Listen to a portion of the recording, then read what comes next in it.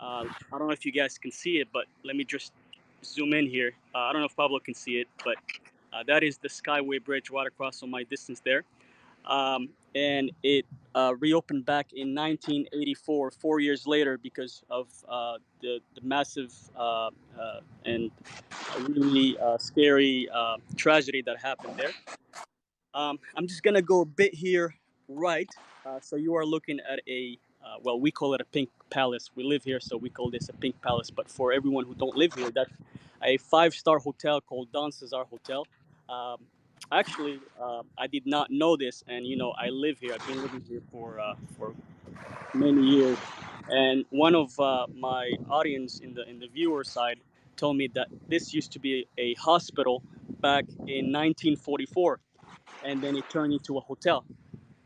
Let me zoom in so you guys can see Oh, here. I would definitely not stay at a hospital that was once at a hotel that was once a hospital. Yeah. Um, I wish I could show you guys there, but I didn't have signal there, so that's why I came here. There's no good signal coverage there. But I don't know if you guys. I'm gonna just show you guys right here and show you the beach here. This is St. Pete Beach, so we are in St. Pete Beach. Um, we've been dealing with red tide here in the West Coast. Typically Tampa, Sarasota. Uh, I don't know about Fort Myers and over there south, but we've been dealing with dead fish all around the bay. It's a very sad situation that we've been dealing with. Local officials did warn everyone to not try and swim because it's because of health concerns and you can like get sick and get allergy and all that. So I'm not gonna swim. I haven't swum since last month in June, so I'm not going to try my best to go out there and swim. I can walk, but I can wear a mask because of But respiratory problems. yeah, Lots of Reddit, can you tell us a little bit more of tide? Is that normal? Does it happen every year? What's the story behind that? Yes, it does happen every year. Usually every summer, mid July to probably mid August. So I may go swim the end of August. So what red tide is a harmful algae bloom that pretty much like a bacteria that causes the sea animals to die. I was walking this morning by the downtown area and I've seen a huge grouper fish just dead, and I love groupers, so uh, I was sad to see that. Wow. Caroline, can you tell us a little bit more about where you are and the significant location?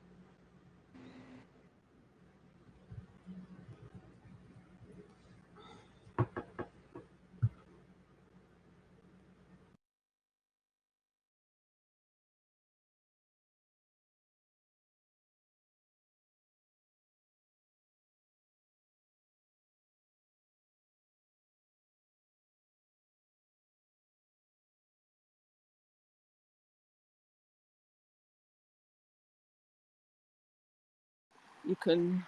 Oh, can you hear me, guys, or not? Yeah, yeah. So we have a heat wave at the moment. We've actually got our first severe weather warning, which we've never had before, for the heat.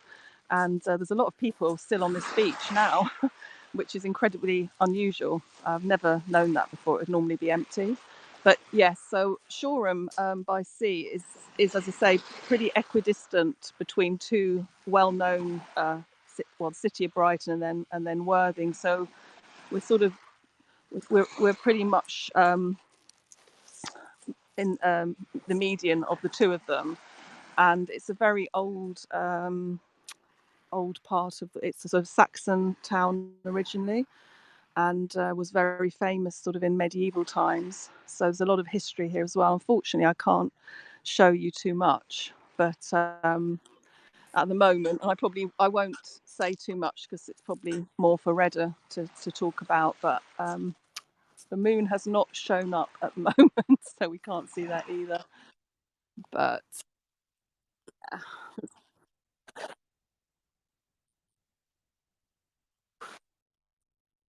well, the Saxon times, sort of historically, which would have been, I think that's about 1300s, and in fact, it goes back before that to William the Conqueror.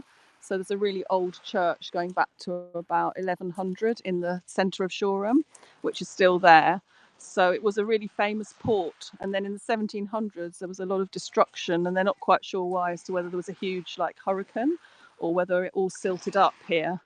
And also on this beach, there used to be, believe it or not, a very famous film studios back in the 1800s, and they used to film the, the black and white films, the what they called like, I think they called them the talkies or walkie-talkies. You couldn't basically hear them, so they produce a lot of those films here on this beach as well. So, as I say, there's quite a lot of historical um, things that have happened in this area, which I sort of do normally show people on my broadcasts, but I can't at the moment. But I like to take people to the different areas and show them what was there before.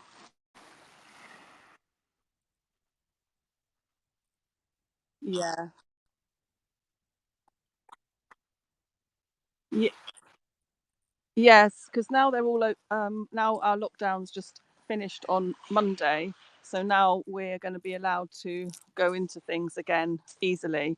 So I'm going to now take people out of the area as well, but go into things that previously we wouldn't have been able to before.